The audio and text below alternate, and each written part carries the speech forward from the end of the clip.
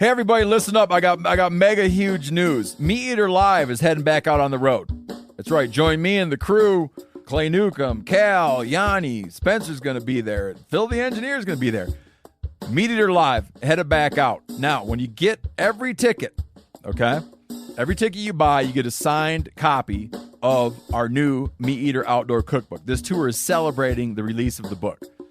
Buy a ticket, get a signed copy, Meat Eater Outdoor Cookbook, wild game recipes for the grill, smoker, camp stove, and campfire, which I'll point out is a $38 value. Here's where we're going to go. April 23rd, the Mesa Arts Center in Mesa, Arizona. April 24, the Balboa Theater in San Diego. April 25, the Grove in Anaheim, California. April 27, the Crest Theater in Sacramento. April 29, the Union in Salt Lake City. April 30, the Egyptian in Boise. May 1, the Wilma Theater in Missoula. May 2, the Bing Crosby Theater in Spokane, Washington. May 4, Revolution Hall in Portland, Oregon. And May 5, the last day of the tour, Pantages Theater in Tacoma, Washington. For tickets and more information, visit the events page at themeateater.com. Hope to see you at the show. Hey, this is Tyler Jones, and you're listening to The Element Podcast.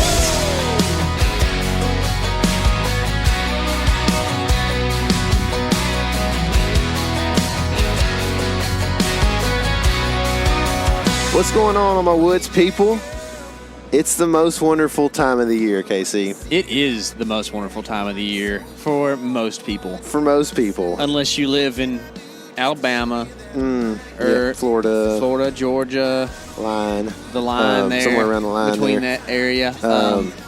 Where else? Probably like Washington California. State, probably. Yeah. Mm-hmm. There's a few states. Anyways, for much of the Midwest and the Mideast, this is the rut time of the year, man. And it is fun till the T-bird goes away. Ooh. But, in fact, I don't know if you noticed, but within the last, 5 miles, we've seen 2 bucks run over in the ditch. No, I haven't. No. Yeah, I was on the phone with the pizza place a while ago, ordering pizza in Texas while we are actually in Missouri, and there was 2 bucks run over in the road, which is a sad thing, but it's just comes with the territory, I suppose. Yeah. Of late October, early November, which it's November 1st. Yeah, it is. On this podcast, it's November 1st. That's right, man. Yeah. That's right. It's November 1st, and I mean, I don't know that anything changes too much, but from Halloween to November 1st. Yeah. But every day is just a little bit more closer to what's going to rage and happen at some point in November. And just to be in that month, that calendar month is a pretty exciting thing. So pretty stoked about it. For us, November brings a hunt in Texas, which sounds weird because we hunt in Texas. But I drew a hunt through our draw system here in Texas that is a pretty good hunt, I think, from what I understand, some of the research I've done and things I know. And so I think it's going to be pretty fun. I'm going to have to take that one on by myself per the regulations, and also per the fact that you are going on a trip. That thing that's been impending for so long. That thing that is... I'm going to do my best to have a good attitude about. I'm going to do some fishing, going to hang out with people I love, so it's going to be just fine, but they're going to know that we are not scheduling anything ever for the first week in November if they want me to be around. So, anyways, I'm going to be in Aspen, Colorado for much of the next week, which is just a place there in that state. You've been researching the weather? It's going to be beautiful. Good. So high 40s and sunshiny. It's going to be real nice while I'm there. The fish are going to be eating some size 22 black midges like nobody's business, I would imagine. How are you? I mean, I guess, are you not? Do you feel good about fishing in the cold? Have you ever fished in the cold like that? Because like in the 40s? 40s is pretty chilly. 40s and sunny, though. There's going to be some fish doing some stuff. No, I know. I'm just saying for you physically. Oh, yeah. No, I'm good. Yeah? Yeah. I fished in the cold before. Okay. Yeah. Good. Not if it's windy and stuff, I'm probably not going to go out there and do it. Yeah. Honestly, here's the deal. we're headed back from Iowa right now, guys. We're on the road per the norm. All right, if you know anything about the Element Podcast, we do these from the truck unofficially. So we are coming back from a very, very eventful trip, which you will not get to hear much about until next Thursday. So tune into that. There'll be also some pretty good YouTube content and whatnot rolling out from this thing as well. But back to current events and what's upcoming. There's a part of me that's looking forward to maybe just doing a touch of relaxing on this trip because we've been going pretty hard for the past, 8-9 days? Yeah. Right? And it'll be kind of nice to sit and chill a little bit, maybe sleep past, 4:30, so, which with this part of my family, there ain't nobody else getting out of bed till 9, so I'm going to have much of the day to myself. Yeah. Are you... So are you is that your plan to fish in the morning and come back in the middle of the day or something? Probably not, really, because honestly, any time that I have trout fished in the early morning, it's not that great, unless it's like summertime stuff. Then it's like, who knows when it's good. But that White River gets real hot in the summertime. Yeah. In the middle of the day. Yeah, the guides do like to fish early in the morning there. Yeah. But I'm the same way, like, if you put me on Lake Fork in March or February, like, I love being there, but I don't really want to fish till the evening, Yeah. Well, I don't know. Now, that's a different thing for me. I like bass at like 8 or 9 a.m. In February? Yeah. Really? Oh, yeah. I think that's whenever you're going to have fish that kind of move up just a little bit and kind of give you some opportunities at some of the mid-water depths or whatever. But that's another story. Yeah. It is. We are going fly fishing this week for trouts. Now, one of the cool things is that it is a really good place to trout fish, even right in the middle of town. So what rivers? I think it's Roaring Fork. The Roaring Fork. Yeah. That would be of the Colorado, but it's not designated as such. But it runs into the Colorado. But anyways, gonna be pretty cool. And then you and I have that going on over the next week. Be sure and wish Tyler luck, guys. I really hate that I'm not going out there with him. I was going to try to make it work either way before, but now they won't even let me go. So that's fun. So he's going to have to do some self-filming and whatnot while we're out there, or while he's out there, and we'll all have to follow along on social media and see how that goes. But once that hunt is over and Tyler tags that after day one, we are both going to head to one of our favorite places in the world. Yeah. Where's that? Kansas. Yep. As soon as I tag out, I'm heading up there, and then as soon as you get home, you're heading up there. So it looks like I'm going to fly 7th. home on Wednesday, do Wednesday night class, spend less than 12 hours in Texas, and get up early the next morning, head to Kansas in time to hunt that evening. So that's kind of my plan for the foreseeable future. That means I get to Kansas and hunt on November 7th, which is actually earlier than we got there last year, I think. Or it might be the same day. I don't think so. Are you sure? I think we were there on, like, the 5th, weren't we? Maybe it was 2017 we killed Nameless in. I know that we left on, like, the 7th or 8th one time. So we left, I believe, the 7th the year we killed Nameless. Okay, maybe that's what I'm thinking about. Killed him on the 10th or something like that. So, 7th or 8th, guys, just because it's in double digits in November, do not get discouraged. Do not fret, because big bucks die all season long. So that's right. They gotta exist somewhere. So, anyways, lots of fun stuff coming up. When we are in Kansas, I'm sure we'll be spending some time in the tree stands. But one of the things we like to do is end up on old Pitter and Pat. Yeah. Do you know that expression? Is that a thing that everybody knows? I can infer what you're saying. Okay.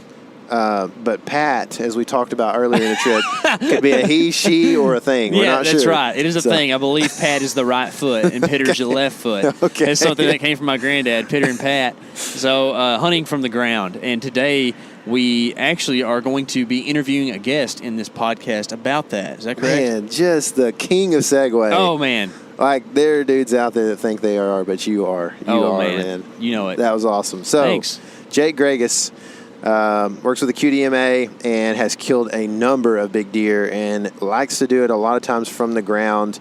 He has a particular system that seems to work really well for him. And I think that that's one of the cool things about when you hunt private is that you can set things up how you want them to be a lot of times. Yeah. You know, the story for us hunting private the last week has not quite been that way. But at your property, before we left, you had a great hunt, being able to set up your property in a little particular way. Talk about that a little bit. So this is my first year to hunt my property. I've had most of the summer to spend some time on it, but really it's not very big. So it's not like there's a bunch of scouting that goes on, right? I've been running a trail camera on the place since late August or something like that, and not been picking up much. And then suddenly, as the fall presses on, all the does that have been eating my watermelons all summer are starting to attract some pretty good buckies around. And in fact, the morning before we left for Iowa, I had probably one of the best hunts I've had in East Texas. Had a very large mature buck in front of me all morning, which I feel like we've discussed this on podcasts. Yeah, we might have, but it's worth not. telling again, dude. It's exciting. Like, this dude was a giant for our standards. I mean, that's an overused word, okay? Sure. People get mad about that stuff, but just know that we're excited about it being a big deer. That's a good point, man. And like, it's a deer that gets me excited. And I felt like, he's like, dang, and he kind of snuck up on me because I thought he was a different deer because I saw him early daylight. Didn't sneak up on me physically, snuck up on me mentally. But he's just a big, heavy 8 with pretty good tine length, a big neck, and not a very wide rack. Yeah. We've talked about this, I don't think he's legal in Texas, which is crazy. He might be, but he's not outside his ears. That little, measurement is probably made for more like those 2-year-olds that they're trying to get a little bit bigger. I kind of have a feeling that mature bucks have ears that are more like 15 and a half inches wide, but either way, it's not a risk worth taking. Like I want to be a law-abiding citizen in all ways, especially in game laws. So this deer, I wouldn't say I passed him because I never really had a shot at him, but he came within 16 yards of my stand, and he spent most of his morning at 50 yards from my stand. So it was crazy, man. It was. It's just really cool. I got to watch a lot of deer interaction, which is not something that happens in East Texas very often. And I can attribute most all of that to the fact that there is an ample supply of corn on my property from piles and from feeders. And even more, there is ample amounts of cover. Yeah. Ample is my word today, by the way. Man, that's good. But wait, we had a different word earlier. Did we? Can't remember what it was. There is a ton of native grass and vegetation that has grown up because we've had a really good wet year for the most part. I've got showy blue stem, little blue stem, a whole bunch of ragweed, just everything, plum thickets and blackberries and Asteraceae, all the stuff just going nuts on my place, and it's all like head level for deer. So on my whole 7-ish acres of open area that I have, a deer feels like it's hidden the whole time, and it is bad at the bone. Yeah. And that's why that mature buck was cool, just chilling out there, rubbing on trees, chasing does. Yep. And there's a lot of CRP there, and there, we have a term for that we'll have to disclose at a different time. Yeah, but I know you were trying to work that in, and I led it in a different direction. So the thing about your property in particular is that it's in a part of the county that's kind of sandy, I feel like, and grows that, like, there's hay pastures around with the coastal in it, but if you it's almost like you don't have to do anything. If you just let it go fallow for a couple of years, like the CRP and the native blue stem and all that will just grow through it. Oh, yeah. You know what I mean? This thing was in watermelon production until, I think, 2004, possibly 2012. I've gotten mixed, That's cool. Mixed things from different people. It doesn't really matter. But year discrepancy? Yeah. Either way, like, it's been out for a short amount of time when you're talking land standards, seeing as how the Earth's been around for a little while. And it's pretty much straight up native at this point in time. I mean, there's like stupid things in there like sourdough and stuff like that that's not native in the spring, but maybe native's not the right word. It's straight up wild. Yeah. And it's just the place for deer. And it's cool, man. It's cool, man. I think that I hunted in a tree stand on this place, but I actually am planning on putting a ground blind on this property. Are you? Yeah. There's a good plum thicket that I'm going to brush in. They're going to make it out of cattle panel. That's kind of what I've decided. And I think that Jake is going to have some pretty good suggestions for how to make that happen, maybe even some access clues or what's the word I'm looking for? Not clues, but like tips. Tips. A good word. Is a big word. That's a big one. That's a big one. If you say tip, it's not quite as big. Yeah. But tips is definitely That's right. big. It's a whole letter bigger. Yeah, it's hard. Anyway, I think you're right with that, and I think that maybe at this point that's a good clue that we should get off the podcast and let Jake do some talking. Sounds good. All right, so now on the phone we've got Jake Grages. He's from the QDMA. Jake, you're doing something that's really cool this morning, and I'm jealous of you because I'm just looking at a house pad right now. But what are you looking at? I'm looking at a beautiful landscape in Missouri, actually a farm that I'm going to be hunting this fall. The leaves are just starting to change colors on the trees, and there's frost on everything this morning. Oh, so man. Pretty fired up. Nice. Yeah, I bet, dude. The frost is not something that's happening here right now, but it is chilly for us here in East Texas right now, and we've got a little dew on the ground, so it's kind of similar, just didn't freeze, So you're in Missouri. You're living there now, right? Is that correct? Yep, I live in central Missouri now. Cool. Is that is that a new development? Didn't you live in South Dakota before? I did. Yeah. I spent the last 4 years on a private ranch in South Dakota, and then recently moved to Missouri to work for the Quality Deer Management Association. That's cool. Did you typical ranching stuff like cattle and that kind of thing, or? Did a lot of the habitat management stuff and was a hunting guide, and when it wasn't hunting season, I also worked on the ranch, cattle and row crop. Yeah. Cool. What's your position at the QDMA now? Wildlife Management Cooperative Specialist. Whoa. I cover the half of the state. Yeah, That's cool. So man. you're working with like larger properties and stuff like that, kind of just in a I guess auxiliary role, helping to kind of give suggestions on management of the property for habitat and whatnot. Exactly. It's working with smaller landowners and trying to work towards their goals and objectives for wildlife and habitat management at a landscape scale instead of an individual property. Gotcha. Yeah. Nice. Yeah. So why the move? Well, I'm a deer nut, and I've always really liked what QDMA was all about. And funny story, I actually met Matt and Kip about 10 years ago at a deer steward course in Minnesota, and they helped a little bit with getting me some literature and some posters for a presentation in college. And it's funny, but roughly 10 years ago, I told people, I said, someday I want to work for QDMA. And it's funny how things work out. Here I am. After talking to those two guys, you wanted to work for QDMA? Yeah, just kidding. Those are some of the better dudes around. And honestly, after we were talking on the phone before we got on here, we all shared a dinner at the Archery Trade Association show last year, and Tyler and I kind of decided that that's the crew that we kind of fit in with, man. Like, there's a lot of good people in the so-called hunting industry or whatever, but man, I haven't found very few organizations or companies or anything that has as many good, wholehearted folks working, for them as the QDMA. So I'm sure that you're nothing but an addition to that, man. Sure. Yep. Well, I appreciate that. I'm glad to be a part of that great crew at QDMA. So I'm trying to, my mind is just going to a million different areas right now. We've talked about this off the air, but I've definitely sparked up this morning and rocking and rolling and, trying not to pull all the cables out of this thing. But, I'm thinking about you sitting there watching, and I've got this like picture in my mind of what you're looking over right there.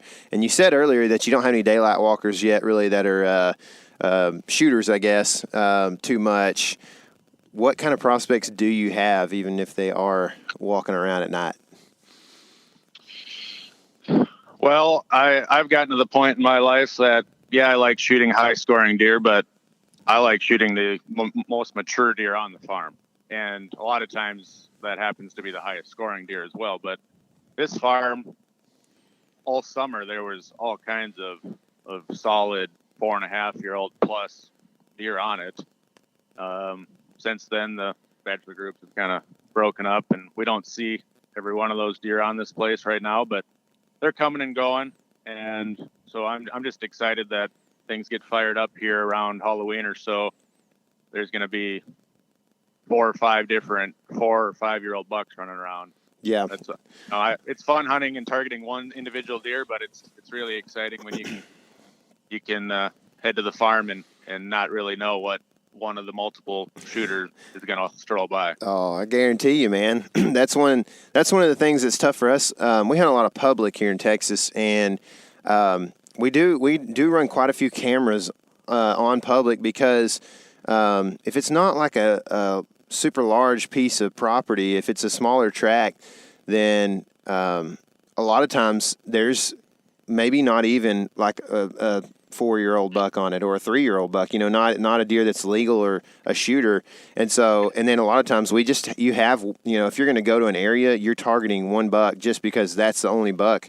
And when we travel and stuff like that, I'm just like so thankful that we can go to a place and assume that there's probably 2 or 3 shooters using that property, just because, that ups your odds tremendously when, like you said, it's fun chasing one deer, and I've done it before. But it's really fun to go to a place where you're like, man, there's a chance, like a pretty good chance that I'm shooting at something this morning, because there's some deer using this thing that are shooters. And, that's a fun thing, man. And I know you used to live in a different state, in South Dakota, and, I'm sure that you guys were able to do a lot on that ranch out there as far as scouting goes and finding bucks and that kind of thing, and looking at different prospects. Especially, I would assume it's kind of a little bit more open country than what you're hunting in right now. So, how does that all play into? Yeah, I came across an article recently that you wrote, and it was kind of about hunting from the ground, which I think you told us earlier that you're getting ready to go maybe put some ground blinds out. But this is like not your like willy-nilly run around in the woods, see if I can get a shot kind of hunting from the ground. It seems, at least to me, that you spend a lot of time figuring out a pattern and putting yourself in a like advantageous situation on the ground with maybe a blind of some kind in order to try and kill a buck. Is that correct? Am I kind of on the right track here? Yeah, exactly. So I scout just like probably most other people. I might think about things a little differently, but I'm not necessarily looking for a spot for a ground blind or a spot to sit on the ground or to hang a tree stand. I'm looking for the spot I need to be in, and then whatever route I need to go, that's what I will do. Mm-hmm. So, example, the other day I was on this farm here, and there's a runway that goes through. It's kind of like a bridge that runs through some timber. So the farmer can get from one bean field to the next. Well, that's an awesome funnel and bottleneck. So I'm thinking, well, I need something on this. Well, the way there's a bend in it, and you can't see to shoot. Even in the middle, if you're in the bend, you can't see to shoot all the way to each end of it with a rifle. And I want to be able to bow hunt out of this spot too. But there isn't a perfect tree for a stand where I need it. So I thought, well, this is a spot a ground blind will be good. And I'm going to put that out here shortly and let it rest for 3 or 4 weeks until rifle season. Mm-hmm. The deer will get used to it and start walking right by it. Is that kind of, first, there's a lot of things that I could go to right here, but like I think that you made a key point there with letting it sit for 3 or 4 weeks. Is that just like, well, if I set a ground blind, then it needs that much time? Or does that depend on how much brushing in you're doing, and then how is that different from like a natural ground blind as well? Yeah, in my mind, the longer the better. Uh-huh. So I'm trying to plan ahead. If say I had a deer that was walking during shooting hours right now that I wanted to hunt, you're likely not going to pop a blind up and kill him this evening out of the blind that you just popped up this afternoon. Mm-hmm. Do people do it? Probably, but very few and far between. Yeah. So if you can brush it in, great. I've brushed, my dad and I have brushed blinds in that you couldn't even tell there was any manufactured blind behind the vegetation. I mean, you couldn't even see any part of the blind. Uh-huh. be a little overkill, but we wanted to hunt out of it a little sooner than if you just threw it up and didn't do anything with it. Mm-hmm. We still didn't hunt it for 2.5, 3 weeks. So, But we ended up harvesting the deer we were after the second sit out of it. So would that have changed things if we wouldn't have brushed it in? I don't think he would have been as tolerable with the blind being there. mm-hmm. But they know it's there. They just got to get used to it. Mm-hmm. Okay, this is something I've always kind of wondered about, and I haven't done a ton of hunting out of like a pop-up or a ground blind or anything. If I hunt from the ground, it's usually just kind of an impromptu thing. But the brushing it in thing is interesting to me because I feel like if you do it wrong, you're just making a larger disturbance in the area because you're having to go acquire all this brush. So do you ever bring in like the brush that you're going to use around the blind, or is there a specific way or just a time period or a specific type of material that you like to use for that brushing it in? I just try to use whatever's close by, or for example, if I want to tuck the blind back in against some cedar trees, I'm just going to quietly saw off some cedar limbs or snip them off and zip tie them to the blind, or set it up so it kind of blends in with the background. And yeah, I try not to tromps 100 yards in every direction of the blind looking for the right material to brush it in with, because like you just said, you're kind of disturbing the area more than just popping the blind up and letting them see the blind. But try to use what's close, try to blend it in, break up the corners and the hard lines of the blind so it doesn't pop and jump out at them as How are you always using a manufactured ground blind, or are you using natural stuff sometimes, saying like open country where a ground blind may stick 4 or 5 feet off the ground? You'd rather kind of sit there real low profile with some just brush or whatever you might use. Yeah, with deer, antelope, whatever I'm chasing, I prefer, if I have the option in the right scenario, to use a pop-up manufactured blind. Mm-hmm. You can control scent better out of it. You're out of the elements, and you're just more comfortable and can move around, get away with a little more movement.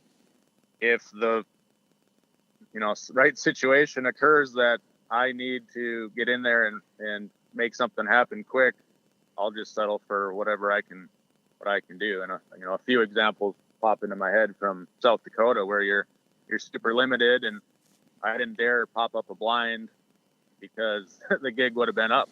Mm-hmm. This particular deer was doing this thing 3-4 evenings in a row, and I thought, I need to get in here before this thing changes its pattern, because this is the most killable deer I've ever hunted. Mm-hmm. I didn't dare. I would have loved to throwing out a trail camera or two right along his path and brushed in a blind, but I didn't dare do that because he was so patterned that I didn't want to throw that pattern off before I could get in there and hunt him.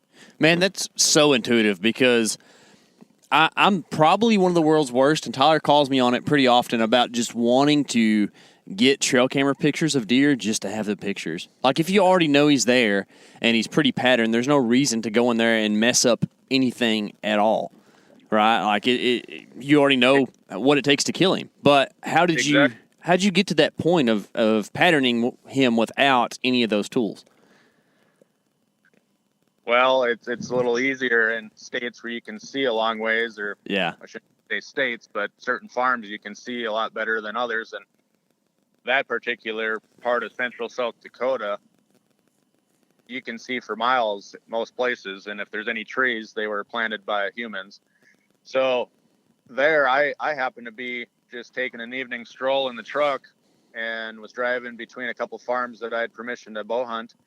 And I saw this big old buck strolling down a fence line between standing corn and standing sunflowers. And he was headed across this county road that I was on, and he wouldn't do it until about 20 minutes before the end of legal shooting. He was waiting for all the does and younger bucks to cross this road and head off into this cattle pasture to get a drink. And he was always the last one. And I only figured that out because I happened to drive by and catch a glimpse of him at last light. and I actually had a video camera with. I threw the video camera up trying to video him, and he turned around and kind of jogged away from me and disappeared. And I thought, holy smokes, I don't have a clue what that deer looks like, other than he's got stickers and flyers off of some different kinds on his right side, and he's a shooter, and that's all I knew. It was bothering me so much that I couldn't put cameras out to get better pictures of the deer that I was going to be hunting. Mm-hmm. And but I knew it wasn't worth it. I would have gotten pictures of them, but I probably would never have gotten a shot at them. Mm-hmm. Yeah. So how did that hunt conclude? Well, it it went the way it was supposed to go. Nice. But I should rewind. So I wanted to get my dad on a deer, and I called him and said, "You better get over here as soon as you can. We're going to hunt this deer the first evening available." And I don't think he could get out and visit for a couple days. And luckily the deer was still doing that pretty regularly. He wasn't there every night, but if you sat there for 3 nights and didn't booger it up in the process, I was pretty confident we were going to get a shot at him. So I had him. The only option was to sit on a stool in the sunflowers. And he took some gloves and rubber gloves and broke off a few sunflower stalks just to make enough of a couple shooting lanes up to the fence that the deer were traveling down at about 25 yards, and sat on a stool with his bow, and deer were coming right on by him at like 5 or 7 yards. Oh my. And right at last light, legal shooting, but getting to be towards the end of the day there, here comes the big deer, and he put a good shot on him, and unfortunately we never did recover that deer. I don't know what actually happened, if the arrow hit something and deflected or what, but last he saw it disappeared right behind the deer's shoulder. Man, that's crazier stuff happened. I mean, I hear stories all the time about perfect shots. A friend of mine just arrowed a good buck the other day in Missouri and never recovered it. Yeah. There's nothing guaranteed, man. It's crazy how it happens sometimes. Yep. So unfortunately, this was one of the bigger deer I've ever been able to hunt, and then we were unable to recover it. So it's kind of a good story, but it didn't end quite the way I wanted it to. But nonetheless, I can give him a hard time, and we can joke about it to this day. So yeah, man, that's tough. It's like, that's why I just never feel good until I see the deer dead. Like, even when I make a good shot, I can think of one of our videos, and it's one of our most popular. It is our most popular video right now of a deer I shot, and I mean, he was quartered away. I hit him about where you probably should broadside, but it's still, I mean, you can pretty much tell it's double lung. But man, like, I just did not feel good about it until we found that deer like 4 hours later. So you just never know. I mean, I've had some experiences where, there's been pretty good shots put on deer, and I mean, for instance, this is kind of right in line with what we're talking about here. But we hunted a ground blind. A buddy of mine and I hunted a ground blind a few years back. I guess it was 2015, and we had a big deer come in, big 8 that was just kind of 4-year-old 8 or whatever, and it was a great deer, probably biggest. It was definitely the biggest deer my buddy would ever shot, and I'm videoing it, so we've got video. We know exactly where it hit, and it looks like it's kind of low, but it looks like it's either it's definitely right in there. I thought it was a heart shot, but it may be just liver and one lung. But then it like kicks off the rib and goes back and exits kind of going at a different angle. And dude, the story, we told this story on the podcast like a long time ago. But I mean, it's an outrageous story. I won't go through it all right now, but essentially, like 36 hours later, we're still chasing this deer on the plains trying to shoot him. And it was just like, it was out. I mean, I thought for sure he would be dead the next day when we came in, and 24 hours later, he's still running from us when we find him. It's just, it's crazy, man. And it's one of those things that, like, when you look at some of the big deer that have been killed over the years, and if you were to look at, whatever you look at, whether it's social media or just record books or whatever, man, you have to like put into perspective how awesome it is that it all came together. The deer didn't go at 32 yards behind a tree, and the dude, was able to get a shot. He made a good shot, and the deer died. It didn't have like some weird black hole in it, you know what I mean? That caused it to live. So it's like, it's just such a cool thing, man. I think people sometimes downplay this thing that we call deer hunting as like just, going out and, oh yeah, a good guy can just go out and make it happen. But man, weird things happen, and it's such a big achievement to kill a deer, especially one that you're targeting like that. And I guess, that kind of brings me to, do you think, like you would think that shooting a deer from the ground would be more effective because you have the opportunity to really just be broadside as much as possible and shoot both lungs. Have you seen anything like that instance with your dad happen again, or do you see it being the way I'm saying, where it's really is pretty effective? This was just a freak incident. Yeah, I think we can categorize that as a freak incident. Center behind the shoulder. We saw the deer the next day. It bedded down and ended up getting jumped, and never did see where he went and lost blood. But when he jumped up, he had a red, bloody hole right behind center mass behind his shoulder. Really? So I don't know what he could ask for. And he was running like he was 100% healthy. So it was the strangest thing. The arrow looked really good. I mean, there was good blood for a while. It was just the strangest thing, but looked all over after that for trying to find the deer. And then even the following spring during shed season, I got permission on all the neighbors, and I looked for miles and miles and never did find them. So I don't and not having any trail cam pictures, I wouldn't even know if I saw him alive on the hoof again. Yeah. So, yeah, man, that's crazy. How does this is kind of off subject a little bit, but how, like, do your neighbors hunt, and how does that dynamic work, getting permission?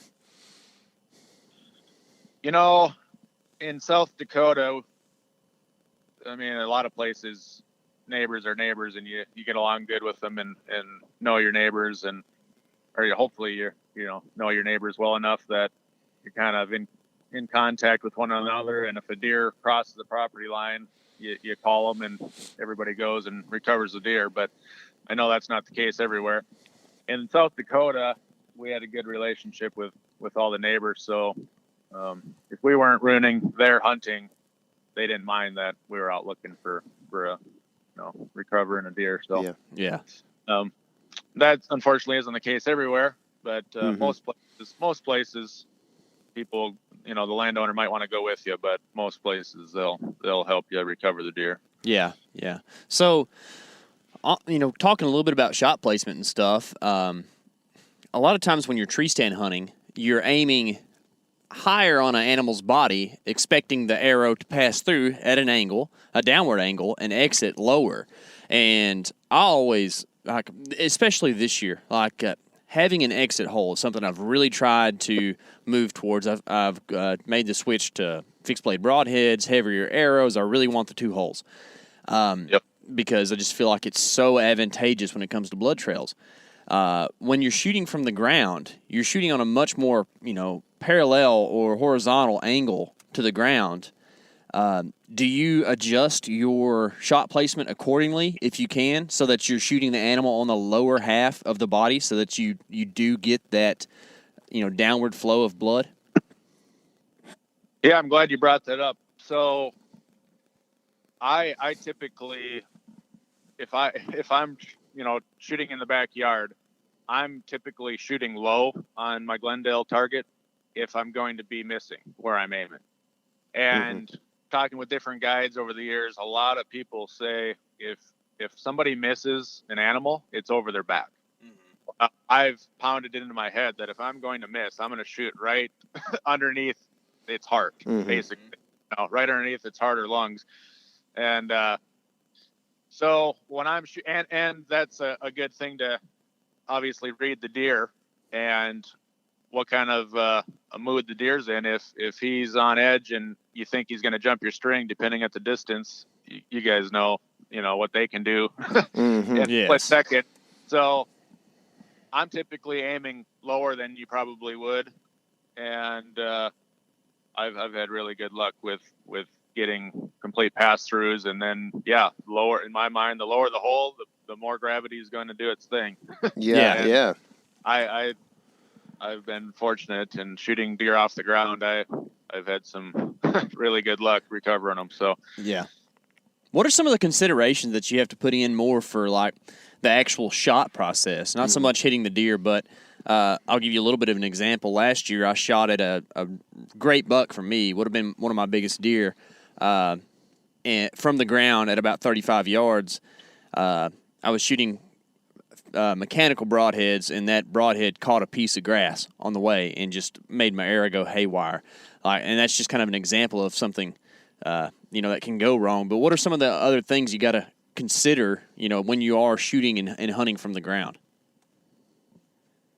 Well, just like hunting out of a tree stand, I'm trying to find my shooting lanes and trying to brainstorm where a deer's coming from, where they're going, where my shots hopefully will be. A lot of times they're never where you plan them to be, but I don't know. I think on the ground, if you clear, the vegetation and any bit of understory, I think you can see better to shoot than being up in the canopy shooting down, where you might miss a limb or something you couldn't reach with the extendable saw.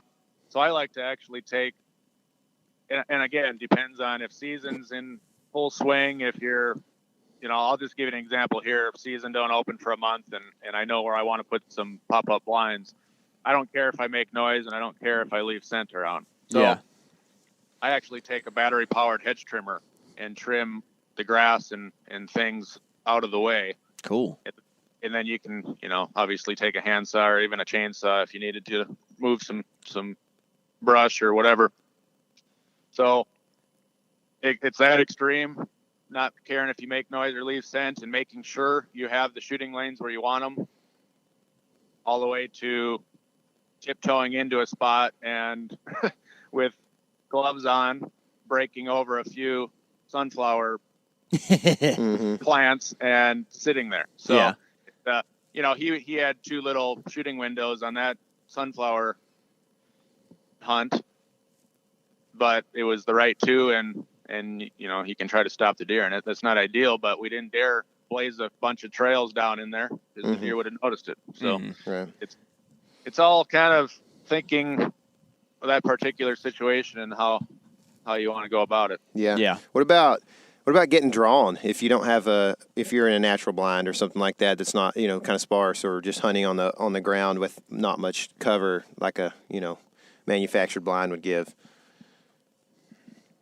Well, I'm always, and it's things that I've learned from lots of mistakes and ruining hunts. But you eventually, get kind of a routine in your head when I'm hunting. I do anyways, and that's always making sure that the D loop's facing back, and there isn't anything that's going to be in my way if I grab the bow and swing with it. Just minor things that I'm constantly checking in my head, and I'm always trying to plan one step ahead of that deer. So don't be thinking, oh, he's standing in my shooting lane, I should try to draw back now as he takes a step forward and he's out of it. You should be planning ahead where the next shot opportunity is going to be, or be at full draw when he steps into it. So that's something you just kind of think about when you're in the tree stand or in the blind, and I don't know, it's almost second nature for me now. I'm just always looking ahead. Where am I going to be able to draw? Is the deer going to step behind a tree or look the other way? Yeah. When can I draw, and what spot is he going to be standing when I let the arrow fly? Yeah. Have you ever been able to draw on a deer that catches you and then and still shoot him like a mature buck, or do they? Have you seen where, like, if they catch you, you're pretty much toast? I'm trying to think. I don't think I've ever drawn back on a deer that had busted me and gotten a shot. I know I've grunted at a deer out of a ground blind. It was dead silent, a little bit of a rain, and he come tiptoeing through, scent checking some scrapes, and he was at like 10 yards. And here I am thinking that I need to stop him in my shooting lane because that's where I had the video camera pointed and wanted to get the kill shot on film. Mm-hmm. Well, trying to get it on film, I about ruined the whole thing. I, in the heat of the moment, grunted at him a little louder than I probably should have. He about did a backflip. He came unglued, spun around. This is all on video. And ran 30 yards back to the direction he came from. And some miracle, he stopped between two trees. And as far as I could lean to my left to shoot back to my right out of the ground blind, he was right. His vitals were right between the two trees, and I shot him. Man. Not on film. Made it way more difficult than it should have been. Yep. Trying to get it on film. But that I don't think I've ever tried to draw on a deer and then got busted and still got an arrow in the deer. Yeah. Man, I completely identify with the struggles of getting it on film and how much it can make it a harder thing. I actually pretty much just didn't get a shot on a deer last year because of that. But the thing that I have never done that you have done is actually shoot a deer with a bow out of a ground blind. And I've done the rifle thing out of box blinds and stuff like that, but that's just a completely different animal than actually pulling off an archery shot from inside an enclosed ground blind. So like, how do you make sure just that you got clearance, that you can see your pins, all that stuff? Like, what are all the special like considerations that you have when you're inside of a ground blind? Well, it's going to start with how you set the windows up. So there's all kinds of different blinds. I like blinds that have more of a horizontal, longer window. Mm-hmm. So you're getting more of that landscape view out of the blind instead of little holes here and there. Mm-hmm. And that way I can seal it up the way I want it. I can have one little window open that wind is coming in, and then I can know where the wind is exiting the blind, and I can use an ozone generating unit to knock that scent down for me. So that goes kind of into the strategy behind how I set the windows up. But when I start setting a blind up, I scrape the floor of the blind all the way down to mineral dirt if I can. Yeah. And I want it to be dead silent in there. I don't want crunchy leaves or twigs in there because in the heat of the moment, you're going to shift your boot and it's going to go crack and that buck's going to be gone. Mm-hmm. So I start with that, make sure that and all blinds are made different, but flaps around the bases, some blinds have them. I'll make sure to kind of mound up some dirt around that I don't want scent.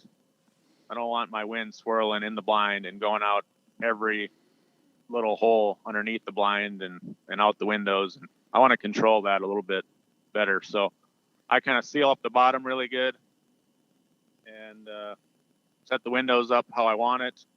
And it's really difficult to go from being used to hunting in a elevated, tripod where you can see everything, or a tree stand where you can see everything, to a ground blind, especially the way I kind of seal the windows up.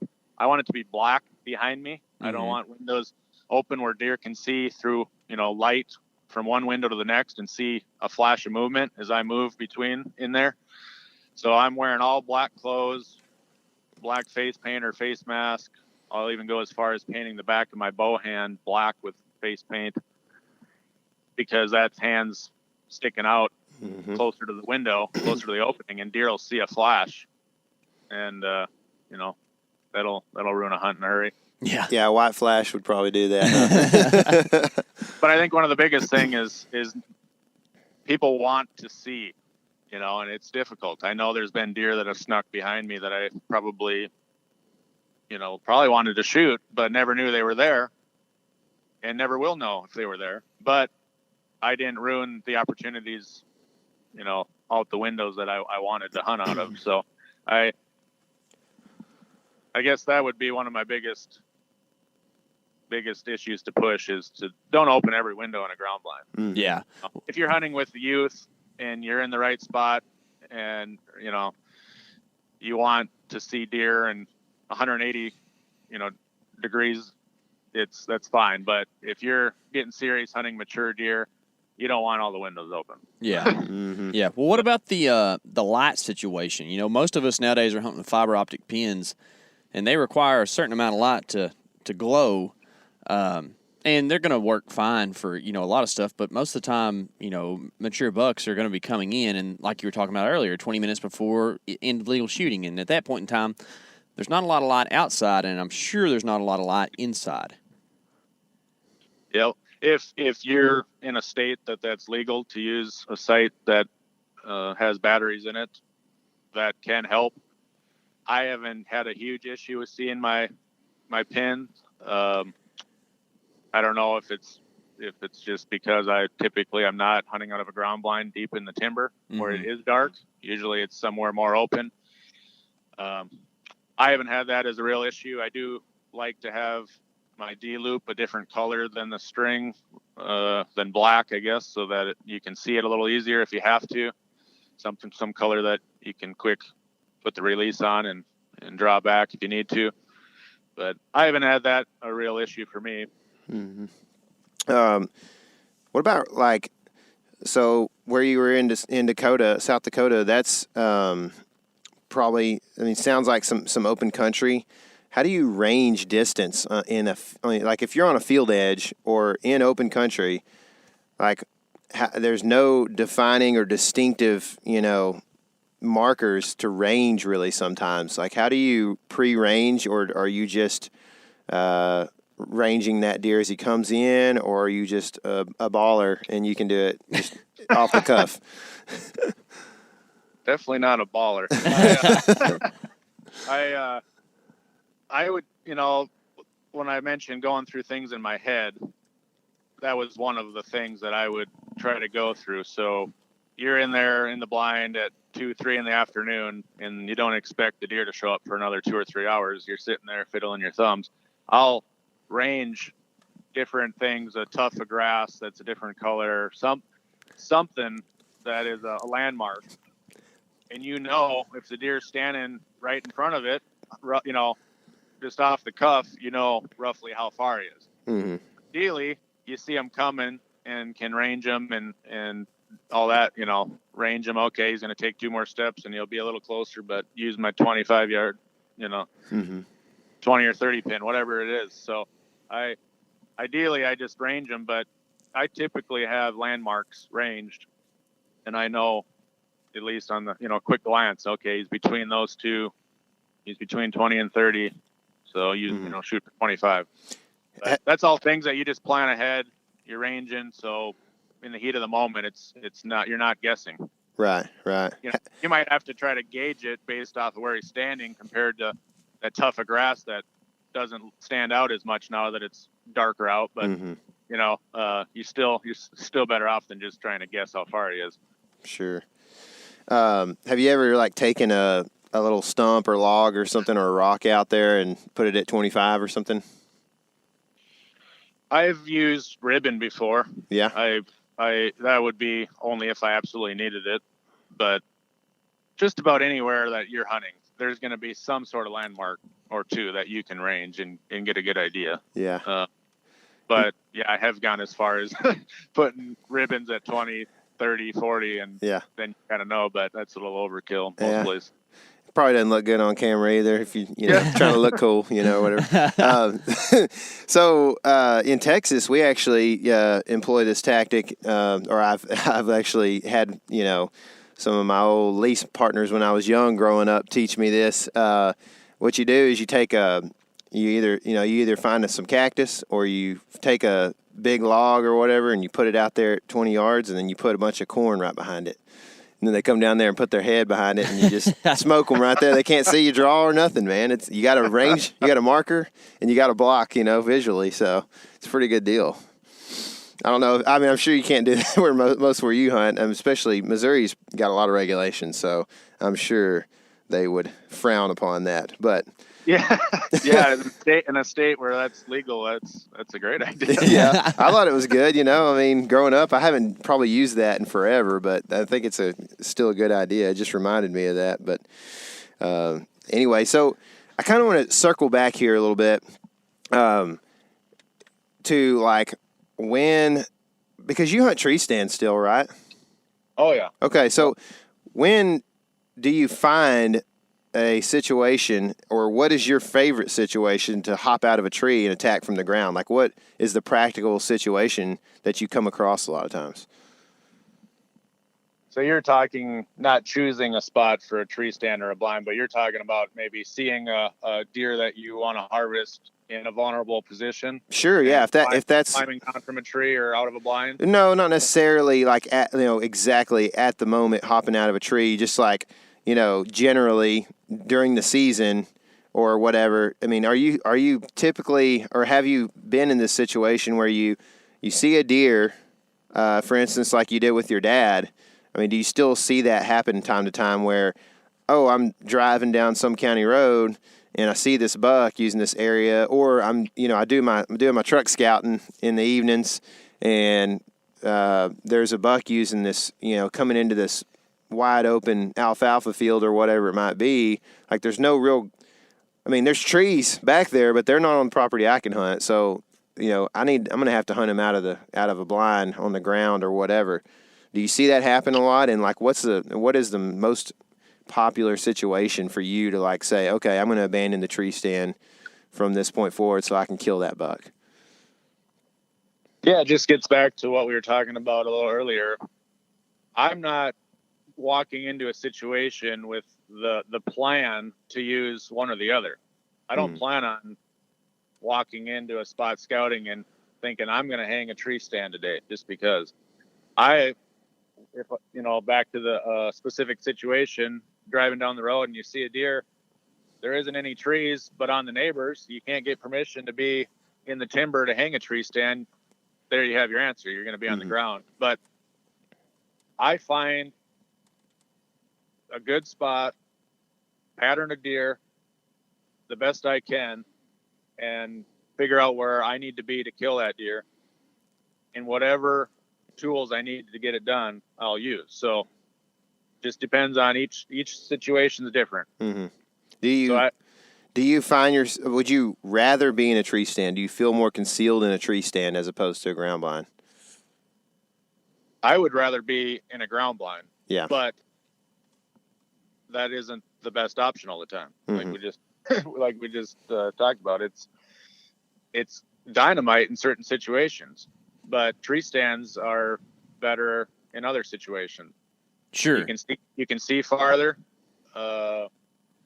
Some people's theories that your scent's higher and drifts up and out of there.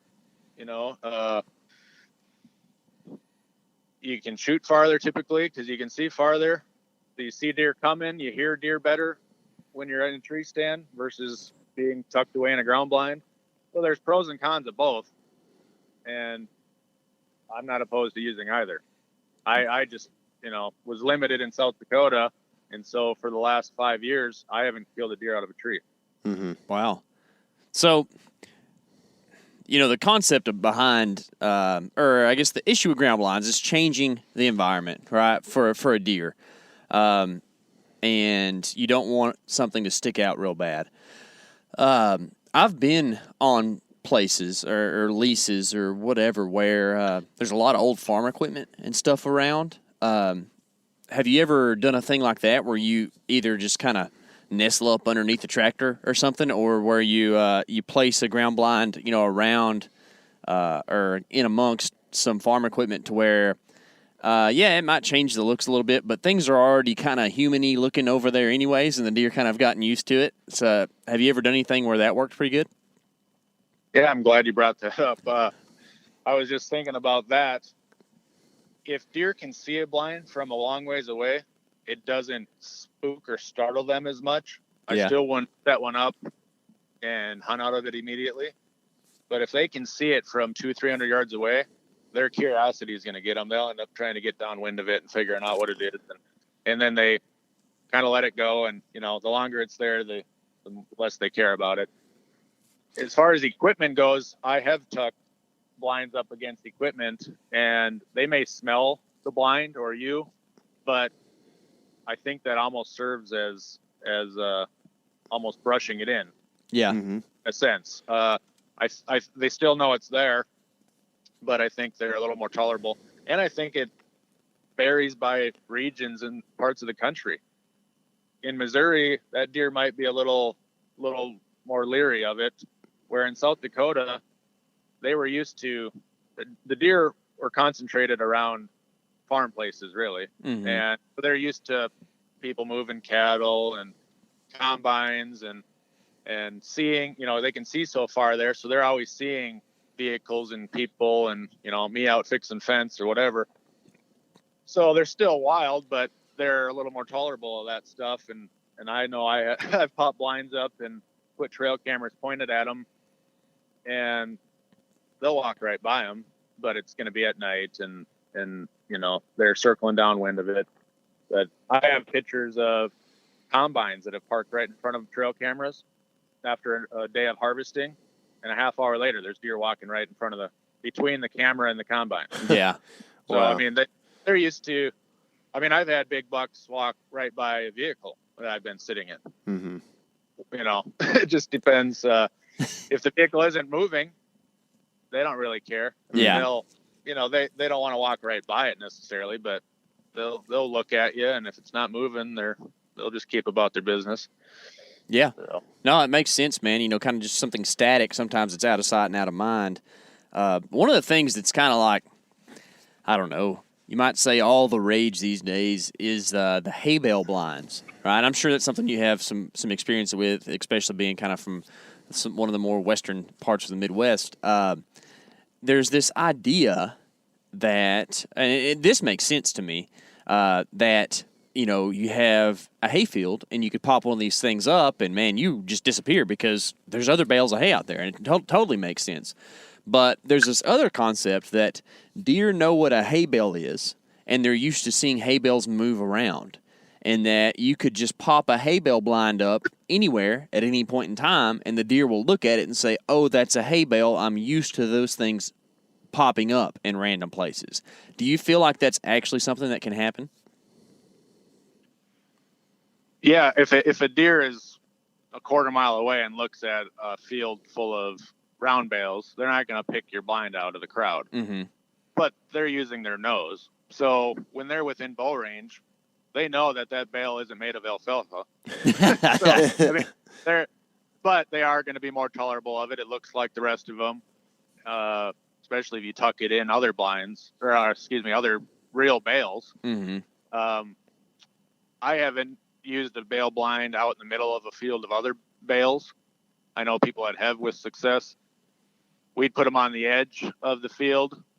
I think that you could use just about any pop-up blind though, and they would just treat it the same. Yeah.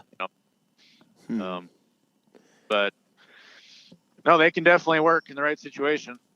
Yeah, for sure. So is there I guess it almost, I kind of almost turn the question around. Like, when is the time that, if you say that you would rather hunt from a ground blind, because probably I would imagine because of the visual security, among maybe other things, why, when is the situation that you go to the tree? When do you hunt from a tree stand? I think more so when you want to be able to see a farther distance, or there just isn't a good spot for the blind. So like, if you're gun hunting, if you're bow hunting, all these different variables come into play. A lot of it would just be kind of the pinch point or the terrain. I think the topography that you're hunting. I'm not going to pop up a ground blind on a steep slope where the deer are cruising the side hill below you, probably. It just depends on the situation. You could really use a blind just about anywhere, but you're going to limit yourself, what you can see, your shots, especially in timber. If you're gun hunting, you're hunting with a rifle, for example, a lot of times, unless the canopy is really thick when you're hunting, there's no reason to be on the ground. You know, why not be 12 or 15 feet up in the tree where you can see farther down into that ravine or down into that bottom? Right. So I guess kind of as we're wrapping this thing up, what you mentioned kind of running an ozone generator in ground blinds. Can you talk about that setup a little bit? Yeah, so I like I said, I'll seal my blinds up good, and then for ozone to work well, wind needs to come in one part of the blind and exit out one spot that you can control. So if you had all the windows open, your scent's just swirling around in the blind and it's getting sucked out every window and going every way, you know, every which direction. So I try to get the windows open enough that I'm comfortable getting shots where I need them. Not going to hit the blind when I shoot with the bow or with the arrow as I release it. But then everything behind me is sealed up except for one little opening where wind is coming or going from. And I'm testing, you know, with milkweed seed or with a puffer bottle and seeing, you know, with the windicator bottle, seeing where the wind is sucking out of my blind, and then move the ozone generating unit pointed downwind at where it's exiting out of the blind and essentially eliminating any of my scent that's leaving the blind. You feel pretty confident about the fact that a deer could stand downwind of you and not smell you? Yeah, I don't hardly ever get busted anymore. Man. For years, I haven't really been busted hunting out of a blind. That's pretty neat, man. I've been busted a lot, so something to be learned for sure, man. Of course, you got to use it right. You can't just, you know, slap the unit up in the ceiling of the blind and hope for the best. I'm constantly adjusting it and checking where the wind's coming and going out of the blind, and they're supposed to be more effective out of a ground blind than in a tree stand. But even in a tree stand, I'm constantly checking the wind and reaching up and moving the unit to point downwind to me. Do you ever use clear windowed blinds and just open a window whenever the deer, you know, are you're going to have a shot, or does the ozone generator kind of take the place of that? You know, I've hunted out of those type of blinds, but I don't own any, so I don't hunt out of them regularly. I think people use ozone and those type of blinds, but you just got to make sure that you got a window cracked or a couple windows cracked and use it properly. But yeah, a lot of those blinds are airtight, so I don't know if you need both. But you might die. Yeah, you don't want to fix it in there. Yeah, have to put a snorkel in there or something so you get some air. Yeah. And also, guys, if you have a migraine, you can use ozone to fix that, I think. So don't quote me on that. I don't know about that. Anyway, Jake, man, we appreciate you doing this a lot, man. If people have any further questions for you on the subject of ground blinds and that kind of thing, what's the best way to put you in touch with them? Probably just shoot me an email. Okay. At jgreges@qdma.com. Cool, man. We will link to that in the show notes if you're cool with that, and allow people to get in touch with you if they got any questions like that. Also, while you're there, while you're online, you can check out the QDMA, see what good things they're doing for deer and deer hunters. And Jake, man, it's been good. I'm glad you spent some time with us, and go out there and kill you a buck in Missouri, man, on your farm there. It was great talking with you guys. Appreciate it. Yes, sir. Yeah, thanks, man. Good luck this fall. All right, you too, bud. So when you add in the ozone factor within your blind and do it like Jake says, it sounds pretty foolproof. It also sounds like something that's very particular to a certain, having your kind of own property or something like that. It's kind of hard to just carry all that stuff in when you're walking in and out and doing that kind of hanging hunt. Put that in air quotes kind of life. But there's nothing wrong with hunting that way, and there's nothing wrong with knowing all these different tactics and stuff. Because, guys, look, we're, probably a lot of us listening right now are 20s and are in our 20s and 30s. And there may be a few guys older than that, and that's fine, that really still get after it and everything. But at some point, like, you're going to be 50 or 60, you're not going to want to climb into a tree stand anymore because it's pretty dangerous when you don't have the muscle mass and the strength that you used to have and everything. You know, you're going to come to a point where you're going to want to hunt from the ground.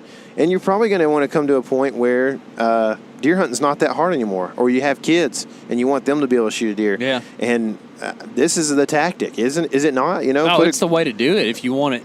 I mean, my life is an example. My wife is scared to death of heights. We got her in a tree stand 2 years ago, and she froze up and couldn't get down for 20 minutes. All right, like, ever since then, we've had, anytime she goes hunting with me, we got to do it on the ground. Well, last year we tried to do this and just kind of set up in some brush, and deer saw us within 2 seconds because, you know, my wife doesn't really hunt that much. She doesn't understand movements and all that, and that's okay. Like, that's not it's like you're trying to ask somebody to do something they've never done before and want them to do it to perfection to have a good experience. And that's not how it's going to work, right? Yeah.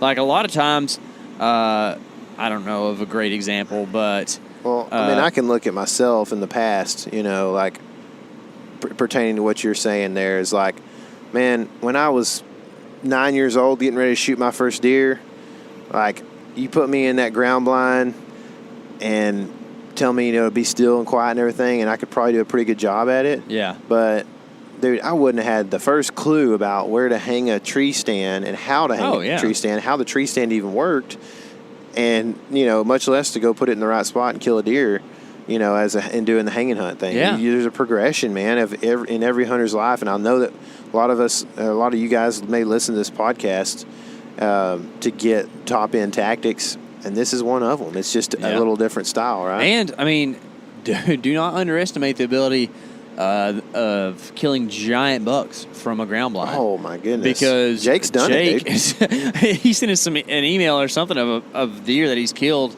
It's like, you can use a couple of these, and I start looking, I'm like, oh, my gracious. Yeah. These are giants, my Grages.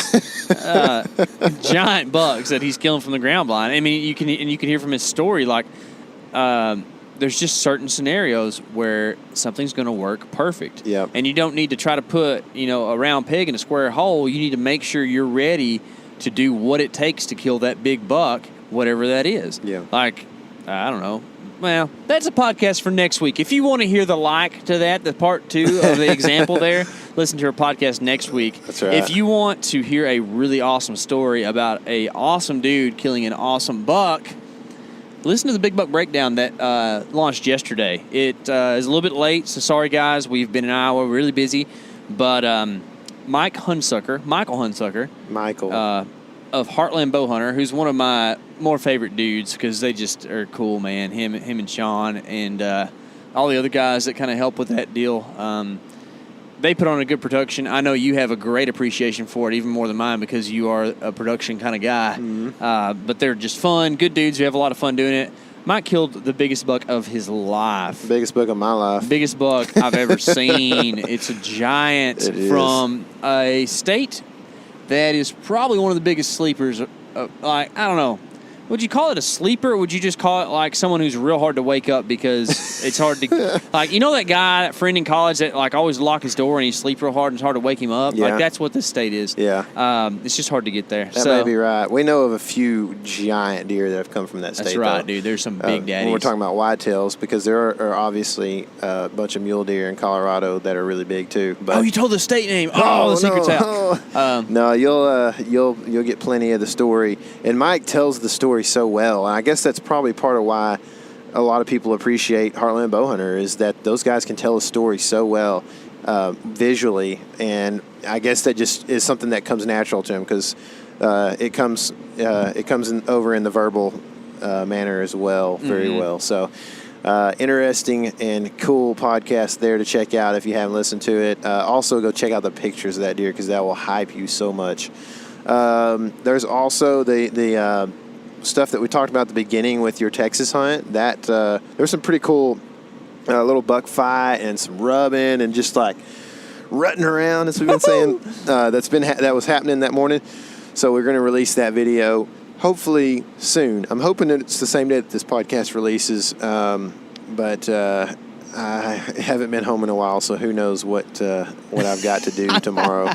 But yeah, so hopefully that'll be releasing. Anything else? We still have a few of those orange public land T-shirts, and I think they're all larges that we've got. Yeah. So if you're a large, then you can go to our website and order one of the orange public land, blaze orange public land element logo tees if you want to. And if you haven't ordered an element tee at all, go order one. Yeah, also, that helps us out. It does, man. Like, headgum.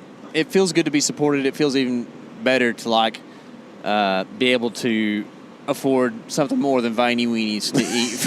And you think I'm kidding, but I'm not. So while you're there, buy a bunch of T-shirts and they're Christmas gifts, right? That's right. Ooh, Christmas is coming soon. If you kill a deer, be sure and tag us and let us know that, hey, I listened to your podcast and I killed this deer. We've had a couple people this week who have laid down some giants, and that is pretty cool, guys. One of our buds from Kentucky had our shirt on. That's right, in one of his pictures, didn't he? That's right, man. Had the element shirt, just throwing it down. That's just so cool, man. And there's some people that say they learned some stuff from this podcast that is definitely from our guests. So thank you to all our guests who have been on the show. That's right. And been willing to share some information with everybody. Thank y'all for listening so very much. It means the world to us. For sure, yeah. Couldn't have said it better myself, so I guess I'll just say, remember, this is your element. Living it.